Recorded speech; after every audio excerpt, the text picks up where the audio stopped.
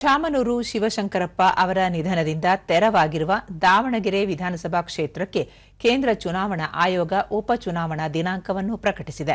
ಈ ಕುರಿತು ಮಾಹಿತಿ ನೀಡಿದ ಜಿಲ್ಲಾಧಿಕಾರಿ ಡಾ ಜಿಎಂ ಗಂಗಾಧರ ಸ್ವಾಮಿ, ಏಪ್ರಿಲ್ 9ರಂದು ಮತದಾನ ನಡೆಯಲಿರುವ ಹಿನ್ನೆಲೆಯಲ್ಲಿ ಜಿಲ್ಲೆಯಲ್ಲಿ ನೀತಿ ಸಂಹಿತೆ ಜಾರಿಗೆ ಬಂದಿದೆ.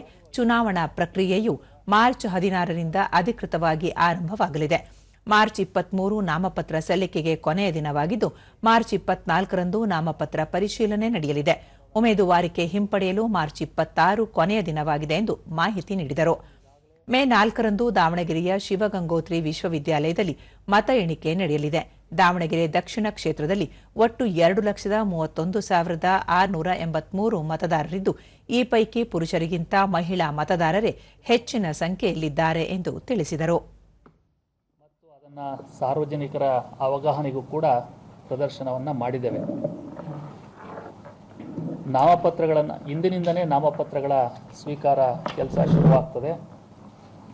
ಇಂದಿನಿಂದ 23/3/2026 ಅಂದರೆ ಮುಂದಿನ ಸೋಮವಾರದವರೆಗೂ ಕೂಡ ನಾಮಪತ್ರ ಸಲ್ಲಿಸಲು ಅವಕಾಶವನ್ನು ನೀಡಲಾಗಿದೆ.